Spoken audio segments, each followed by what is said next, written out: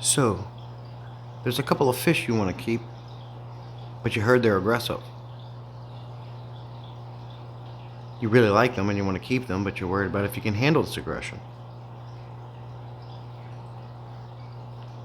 I think everybody goes through that.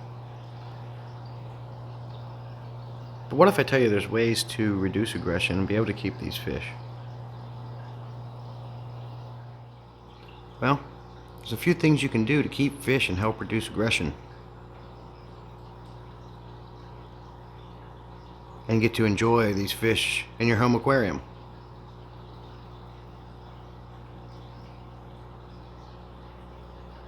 Let's talk about a few things you can do. Let's get right into it.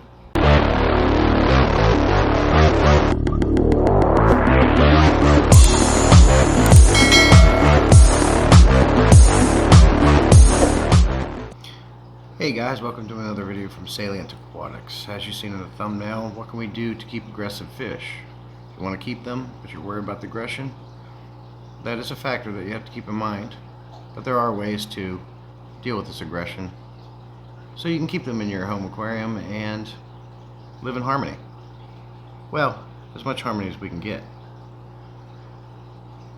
So you've probably heard that overstocking fish such as tiger barbs and mbunas and any African cichlid and a slew of other aggressive fish is one way to reduce aggression. Well, that is true. In this 55-gallon tiger barb tank, I have added more and more fish as time goes on, and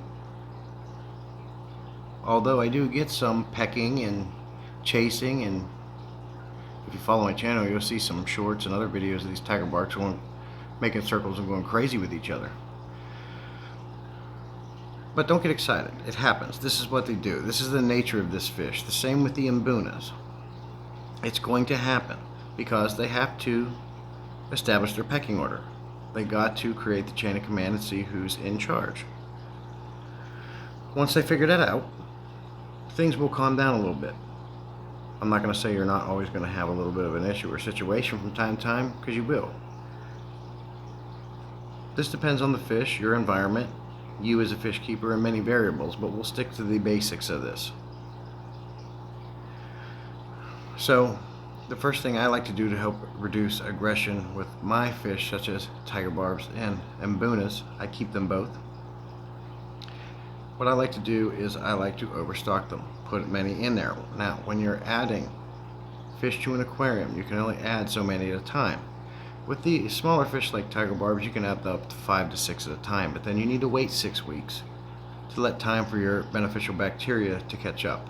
Then you can add 5 to 6 more. This is a good situation anyways, because you want to add 5 to 6 fish at a time, whether it be tiger barbs or mbunas, because not 1 or 2 or 3 little fish are going to get picked on and singled out. The more you add, the better in this situation. No more than 5 to 6 at a time, because that's going to help mitigate the aggression from the fish that are already in the tank. Another thing you can do is break up that line of sight. Add a lot of decor and rocks. Now with mbunas, they need this anyways. They are rock dwelling fish. So there's lots of Texas holy rock or whatever rocks you need to build caves and hiding spots, because they love to have a territory to call their own and claim it. You need to, especially with mbunas, have a lot of decor, territory to claim their own. It's very important. Now, when you're talking about tiger barbs, same thing. There's a lot of similarities. You want to, like I said, do 5, 6 at a time when you're adding, and have a lot of plants.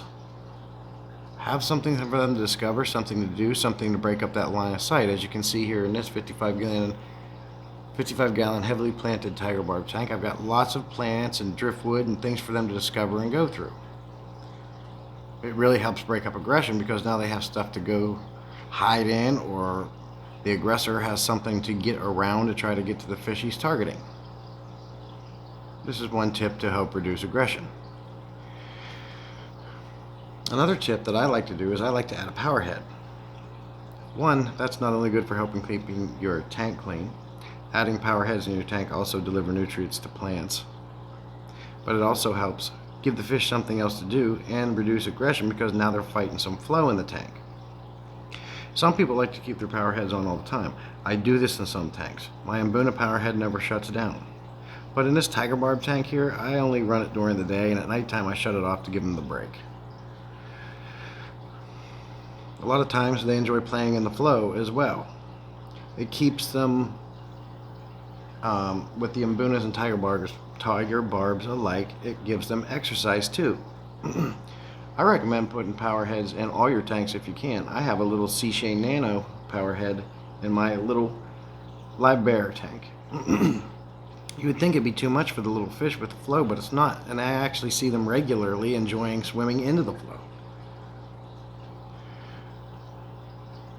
At times it might be a good idea for you to change up the decor in your tank, change up the environment, give them something else new to discover. This is another way to reduce aggression, plus keep your fish interested and happy. I recommend doing that in all your tanks with any fish. Let's think about it. Do you have to do that? No. But if you were living in a bathroom for the rest of your life, wouldn't it be nice to change that up every once in a while, give yourself something else different to look at? That's what I like to do with my fish from time to time. Change up their environment. It promotes positivity, which is good for their health, just like a human being. Something to think about. Another good way to keep aggression to a minimum as much as possible is to make sure they're well fed. Keep their bellies full. I think everybody knows what it's like when you're hangry. Exactly. I do feed my fish once a day, but I feed them high quality foods. I feed them every morning, and that's it. I'm not going to say I don't have some aggression from time to time, because I do with both species. But I'm not losing fish due to them getting beat up, because they've established their hierarchy. They're well fed. They have power heads and things to do and different territories to claim with lots of different decor.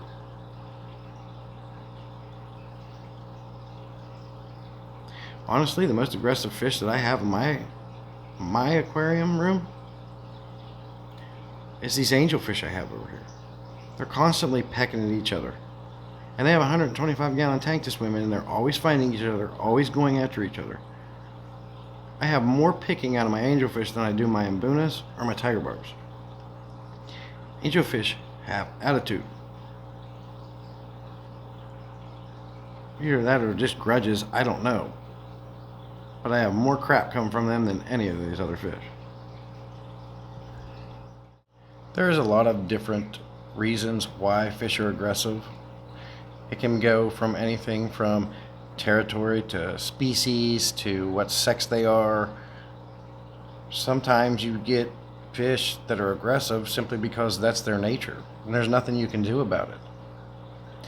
There is some steps you can take, like I have discussed here at the beginning of the video, but sometimes if that fish is aggressive and you've tried everything and there's nothing you can do, the next thing you can do is you actually physically remove that fish. Put them in a vacation tank, if you will, an established tank that you have sitting around that you can put them in for a couple of weeks. After a couple of weeks, generally, a fish, whether he was the boss of the tank or not, they tend to forget their place in that tank after a couple of weeks. Then you can put them back in and see how it goes. If it continues, the only thing I can tell you is to sell that fish, give it to a friend, or put him in his own tank. Me, when I have a fish, regardless of the situation, I keep them to the day they die. I don't give them back. I don't try to give them away. I have a commitment to my fish when I buy them, and I like to see them grow from young to old and take care of them and be healthy along the way. There would have to be a very extenuating circumstance for me to give away a fish because of this reason. Because, number one, when you do that, all that's going to do is create that person a problem. And what are they going to do? They're either going to toss it in a river or a lake or give it away. Again, what kind of life is that? I know it's just a fish, but I love all living things. You're talking to a guy that has saved flies from a drowning toilet because I felt bad for it. If I have a heart for anything, it's any living thing, especially animals, because they're truly pure. At any rate, let's get back to the video. As I was making this video, these Mbunas in this 75-gallon tank here, as you can see, has lots of holy rock in it, lots of places for them to hide and call their own. But they are starting to outgrow it. I'm going to be moving these guys to 125-gallon tanks soon. As you can see, I just fed them because as I was making this video, they were starting to fight and get hangry with each other. They want their morning breakfast, what they're used to. But because I'm sitting here like this, recording this video, they're not coming out as much. But there's plenty of food going around, and they're all going to get it. Down to the little babies I have in this tank.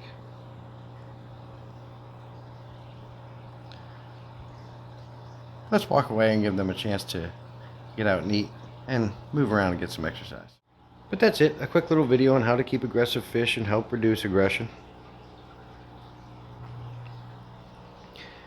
Let me know if this video helps you guys. Leave a comment below. Ask any questions. I always get back to every question on my videos on my channel. There is no such thing as a stupid question, not on my channel. If you're asking for a reason. Thanks for stopping by. You guys have a good rest of your week and weekend. Till next video.